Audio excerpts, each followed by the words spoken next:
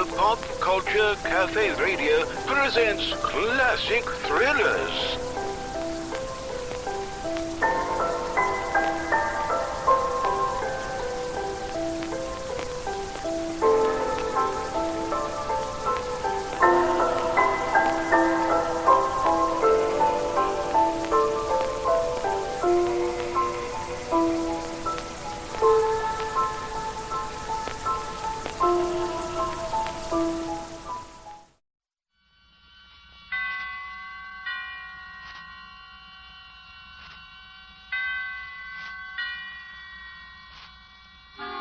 Suspense.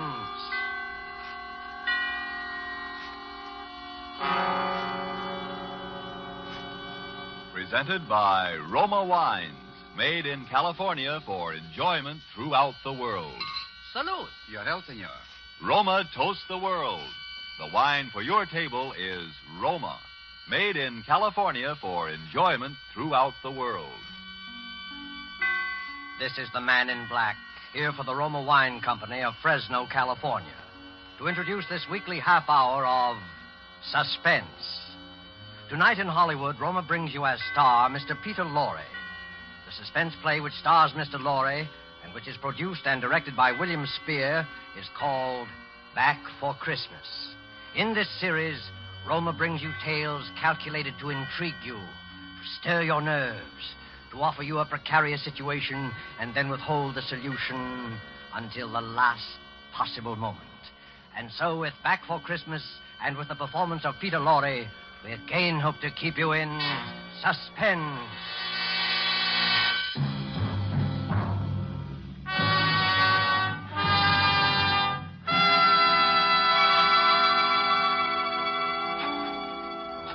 Jingle bells, jingle bells, jingle all the way.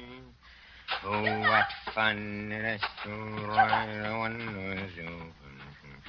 Yes, Maria? What on earth are you doing down here in the cellar? Oh, just doing a little digging. And why, may I ask, have you chosen this day of all days to dig up the cellar floor?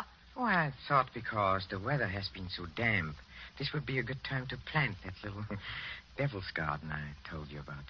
Devil's garden? Whatever nonsense is that? Don't you remember that was my little joke about it? You see, I've managed to get hold of the spores of several unclassified wild orchids. In their wild state, they bloom under damp masses of leaf mold. The South American Indians call them devil flowers because they appear to bloom under the ground. Well, I'm sure the South American Indians will be very interested if you succeed in growing these ridiculous flowers under the cellar floor. Whom else it will interest, I can't imagine. Oh, what's that terrible smell? Oh, that's the leaf mold, chemically identical with the earth blanket they grow under in their wild state. And I want to get these started before we close the house. Do you realize that we're sailing for America a week from today, and you've made no arrangements whatever? Unless you call digging a hole in the cellar making arrangements. I certainly don't. Devil's garden, indeed.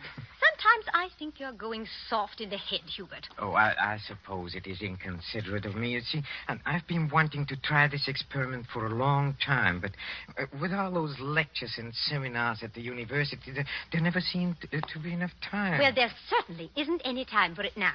I suppose you've forgotten I made an appointment for you at the barber's this afternoon. Oh, must I shave my beard off, Hermione? I thought we'd been through all that. Of course you must. They don't wear beards in America. It's bad enough you're speaking with that accent.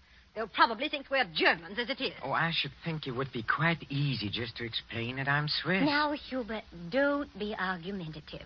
Go and get your jacket on and do as I tell you. Yes, Hermione. And don't forget to take your umbrella. It looks like rain. Yes, Hermione. And don't look so put upon, Hubert. Someone has to plan things in this house. Never even get to the university in time for your lectures, much less make arrangements for a trip to America. I know, but what about my specimens? There'll be plenty of time to plant your precious devil's garden when we get home from America. We're not going to be gone forever, you know. We'll be back here for Christmas. Yes, of course. Back for Christmas. I'd forgotten. We'll try to remember it. And if you can't do that, just do as I tell you. I've been making the plans in this house for 20 years. And if there's any digging to be done, I'll manage that as well. You understand, Hubert? Yes, Hermione. Good. Now, you have just 20 minutes to clean up this mess down here and keep your appointment at the barber's. And when you're finished there, I want you to come straight home. All right. I wanted to stop at Miss Markham's and pick up some books I ordered. Well, all right. But don't loiter there the whole afternoon mulling over those old books the way you usually do. Now, hurry and clear up this rubbish. Get rid of that smelly stuff. And no more digging, mind you. No more digging. I'll show her. I'll have my devil's garden, and if I... No more digging, eh? No more digging. Oh, 15 men on a dead man's chest. You and a bottle of rum.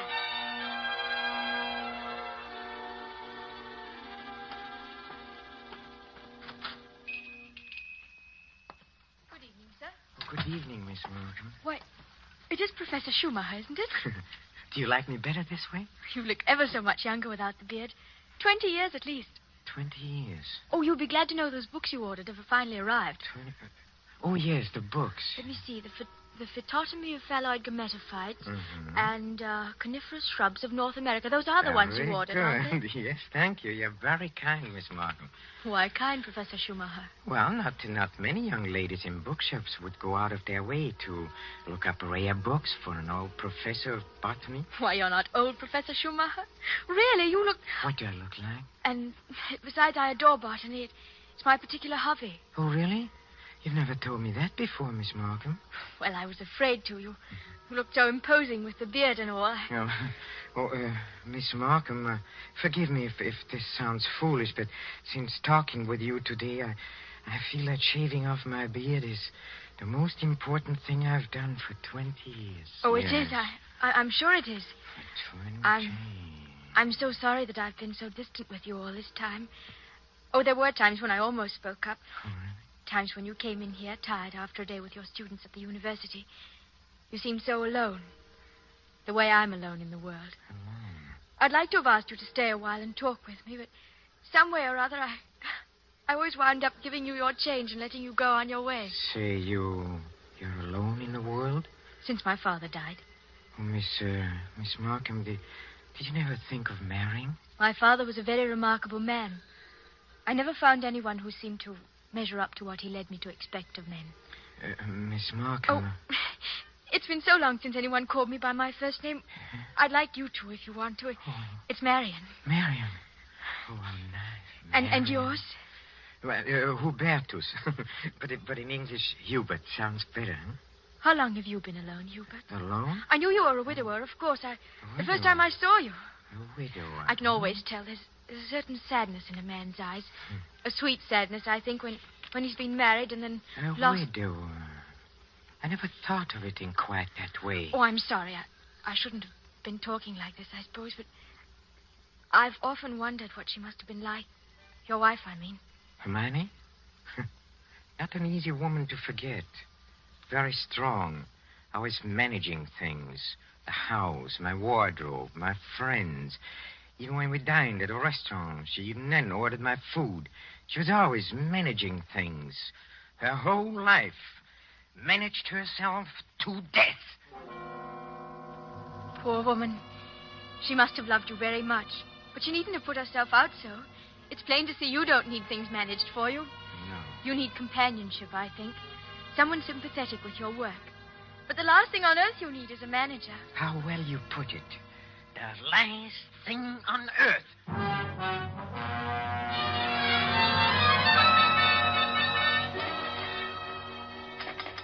Operator, are you there?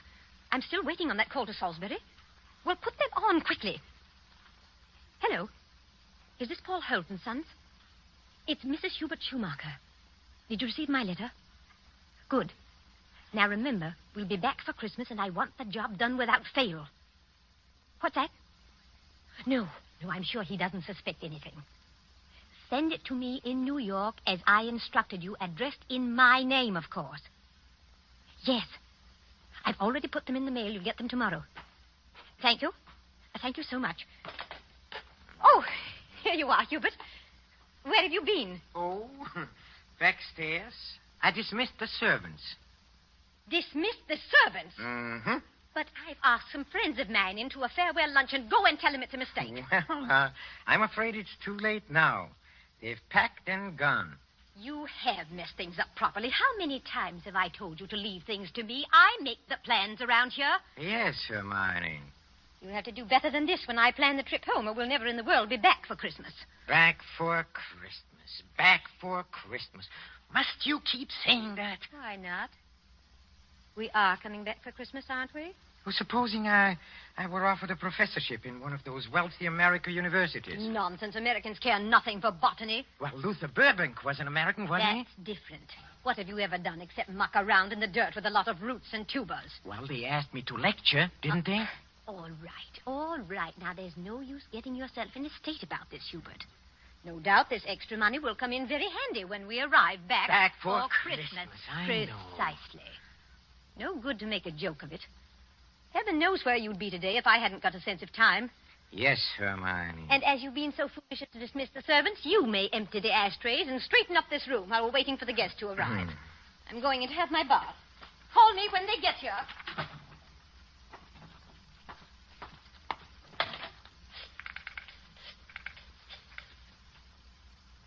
Marion? It's Hubert. No, darling. No, nothing is wrong. Oh, my plans are the same, unless you have changed.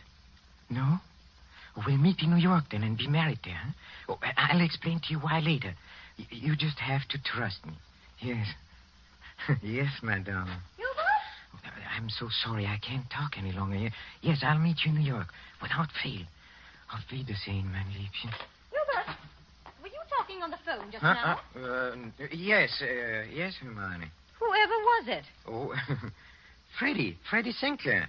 But didn't I hear you say something about meeting somebody in New York? Why, yes. Freddie said he might possibly get over there before we even leave. And I said, of course, we'd meet him there if he decided to go. That seems very peculiar. But then all of your friends are peculiar. Yes, Hermione. And just look at your jacket. Have you been digging in that cellar again? Yes, Hermione. Well, there's no need for it. You can't possibly get that Devil's Garden thing finished before we sail for America. Go and change your clothes before the guests arrive. Oh, never mind. I see somebody coming up the walk now. Go and let them in. Yes. Hubert. Yes? Look out the window. There's Professor and Mrs. Goodenough, but who's that with them? Well, who... Precisely. Freddie Sinclair. Peculiar you should have been talking to him on the phone not 3 minutes ago, and now here he is. Yes, isn't it? But then, as you see, Hermione, all of my friends are peculiar. Not half so peculiar as you. Digging in the cellar the very day we leave for America. Just look at yourself. And now that I think of it... Yes? Oh, never mind. Go and let them in. Oh, you were going to ask me something, Hermione, about the hole I'm digging in the cellar. Good heavens, stop rolling your eyes about that way. One would think you were digging a grave down there instead of a storage bin. Yes, Hermione. What's that? I said yes, Hermione. Father, open the door and please stop saying yes, Hermione. I think, my dear, I have said it for the last time.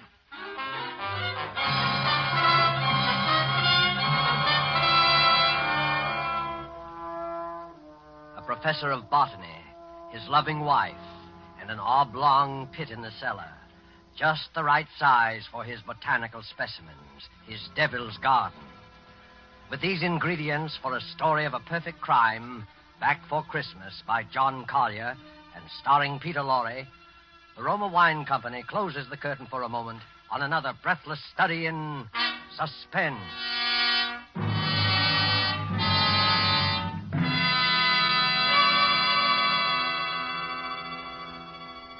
In this brief intermission in the play, it's pleasant to think about the holidays. Not everyone celebrates the holidays against a background of snow and pine trees. Somewhere south of the Gulf in the Caribbean, in a gracious home surrounded by palm trees in the warm sun, you might find holiday dinners ending this way. One moment, please. Our North American guest wishes to propose a toast. Yes, mis amigos. I drink a toast in gratitude to you for your gracious hospitality and the enjoyment you've given me An American so far from home. It is only a fair exchange, my friend. This wine in which you drink your toast, it brings enjoyment to us from your country, from America. It is Roma wine, made in your own California. Yes, and when you choose the wine for your holiday table, remember this. Only a few wines are so fine that many countries of the world import them. And among these greatly enjoyable wines are the wines of Roma, R-O-M-A, made in California for enjoyment throughout the world. Yet here in America, we are truly fortunate, for we may buy Roma wines at a very low cost, since we don't have to pay import duty or costly shipping charges. So serve Roma wine with pride on any and all holiday occasions. Serve Roma, too, for everyday dinners you can afford to. Ask your dealer tomorrow for your favorite Roma wine, America's largest selling wine. But before you buy wine, buy war bonds. And now it is with pleasure that we bring back to our sound stage Mr. Peter Lorre in Act 2 of Back for Christmas. A tale well calculated to keep you in suspense.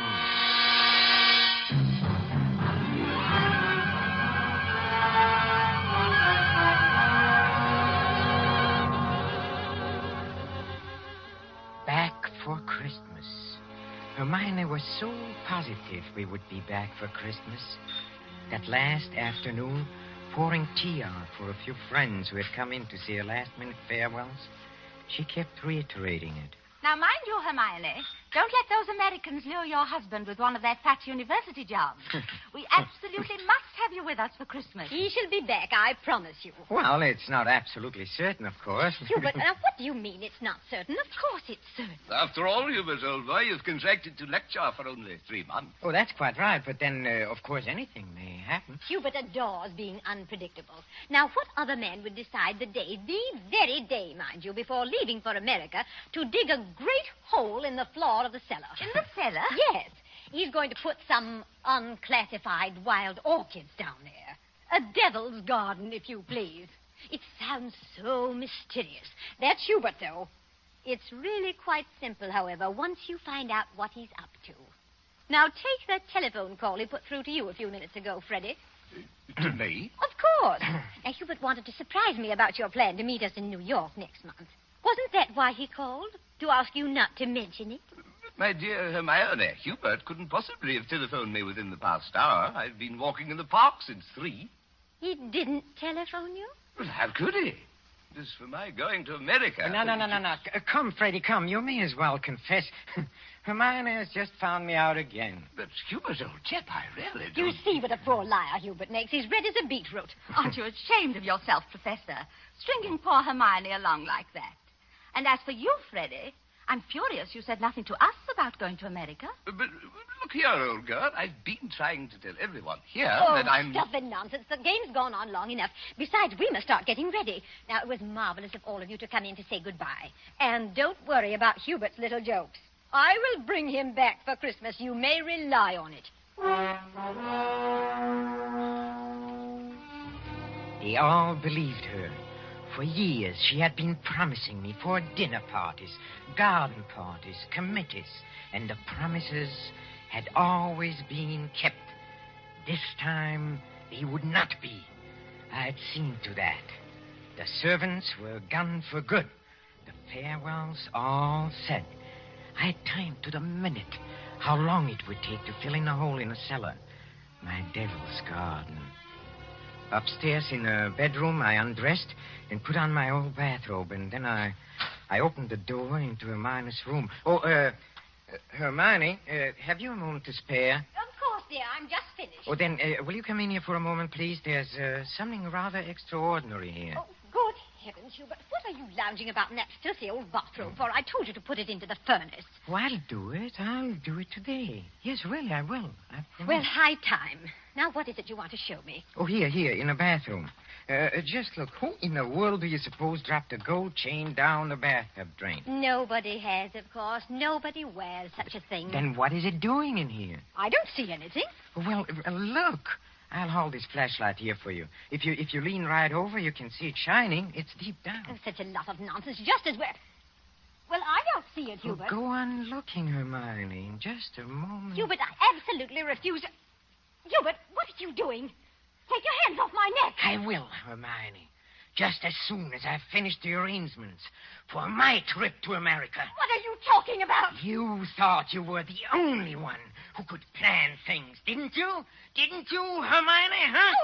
Well, I've been making some plans of my own this past week. In exactly 2 minutes and 16 seconds, you'll be dead. You see? You see, I've planned it very accurately. You'll never get away with it. Oh, I thought you would say that, Hermione, but I will get away with it. You won't mind the smell of the leaf mold down in the cellar when I take you down there today? Yes, that is where you are going, Hermione. Right into my devil's garden that annoyed you so much. My friends all expect me back for Christmas. They do. If they don't hear from me, they'll start asking questions. No, they won't. Because you'll write them letters, Hermione, on a typewriter, as you always do. They'll be signed H, in that neat, correcting way you always sign your notes to your friends. Here, let me up now. No! It won't work, Hubert. You were never any good at planning. Oh, but I have changed. I've learned from watching you all these years. The lecture people in America. They'll expect you to be traveling with your wife. I will be traveling with my wife, but not my present wife, Hermione. Hubert! It won't work, I tell you. That pit you dug in the cellar. Oh, it will work. It'll serve its purpose well. Hubert! No, I'm sorry, dear. This thing has to be done exactly as planned. You have just 5 seconds to say your prayers. Hubert, you must listen. The cellar, it's... Don't do it, Hubert! Yes, Hermione!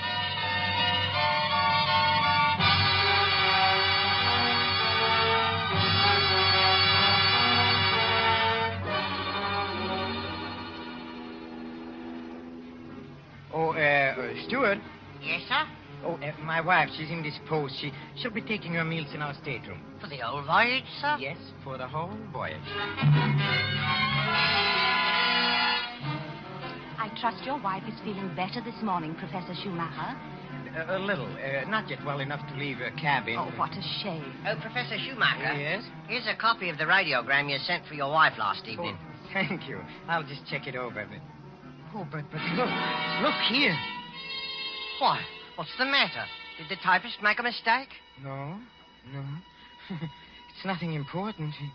She can correct it later.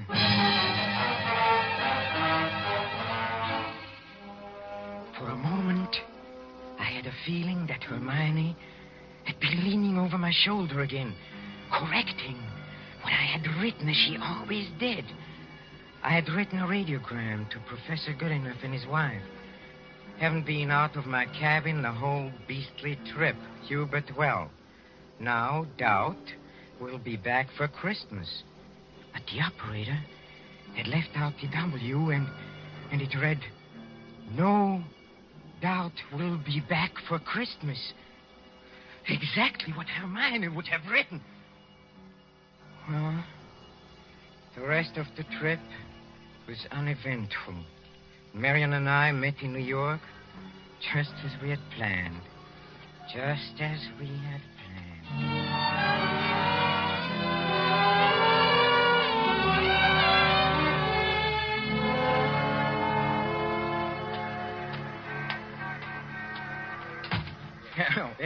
Professor and Mrs. Schumacher, we have reservations, I believe. Oh, yes, we've been expecting you, sir. Boy, take Professor and Mrs. Schumacher's luggage up to their suite. You know, Mrs. Schumacher, you're quite a surprise. Oh? Your letter reserving the rooms was so thorough, I was expecting an older, more forbidding sort of person, frankly, ma'am. No. As a matter of fact, we're just married, but my letter reserving the rooms. Oh, I wrote the letter, my dear, and I signed it Mrs. Hubert Schumacher. Just a joke. What a cunning old fox you are, Hubert. Now that I think of it, I almost Okay, forgot. yeah. There's a letter for you, Mrs. Schumacher. That's peculiar. I wonder who on earth... Oh, well, we'll soon find out in good time. Come along, darling. Oh, we are keeping the boy waiting. Come.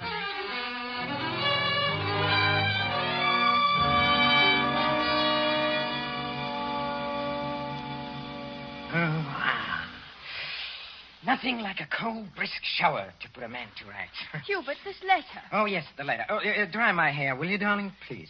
It seems to be a bill of some sort from a building contractor in Salisbury. Oh, really? Oh, bother, dry your own hair. Thank you, darling. Let's see this bill, or whatever it is. It's very puzzling. Hubert, you were a widower, weren't you? I mean, Hermione isn't still alive. Good heavens, no. Well, let me read that.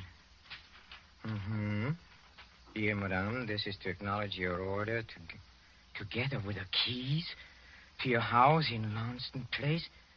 Our man had no difficulty in finding the place where your husband had begun the excavation in a cellar, but apparently he changed his mind at the last moment and filled it in again. What is it, Hubert? Our man will begin digging tomorrow, and the job will be completed in ample time for your surprise Christmas present to your husband. We are happy to be conspirators with you in this thoughtful gesture and hope that Professor Schumacher will be pleased at the results of our work on his Devil's Garden. Very truly yours, Paul Holt Sons, Contractors. What does it mean, Hubert? Means that Hermione was right. I will be back for Christmas. I will be back for Christmas. I will back for Christmas. Back for Christmas. Yes, Hermione.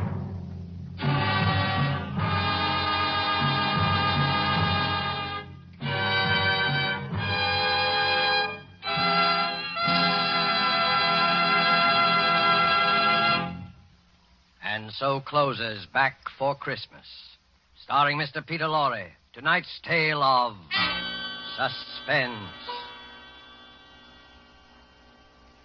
In just a moment, we shall hear again from Mr. Lorre. But first, just a word that seems appropriate. One of the world's oldest customs is the Christmas toast. And traditionally, down through centuries of war and peace, the Christmas toast has been drunk in wine. This year, when the glasses are filled and raised once again, we know that in every home the toast will be to a speedy victory and a speedy return of those we love. And before we set the wine glasses down, let us all resolve to do everything within our power to help make that toast come true. Let us resolve to help supply the weapons of war by buying even more and more war bonds. Let us resolve to face our own inconveniences without complaining. And above all, let us resolve that when this war is at last over, each of us will exert all our effort to see that future Christmases truly express peace on earth, goodwill to men. This thought, together with our very best wishes of the season, is the Roma Wine Company's Christmas message for you, its friends, here in America and throughout the world. This is Peter Lorre. Thank you for listening to our suspense play this evening, and I know you're looking forward to next week's show as I am. It is called Finishing School, and its subtitle might be the famous quotation, "The female of the species is more deadly than the male." Don't forget, then, next Thursday, same time, for Margot, Elsa Lanchester, Janet Beecher, and a distinguished all-feminine cast in Suspense. Presented by Roma Wines, R-O-M-A. Made in California for enjoyment throughout the world.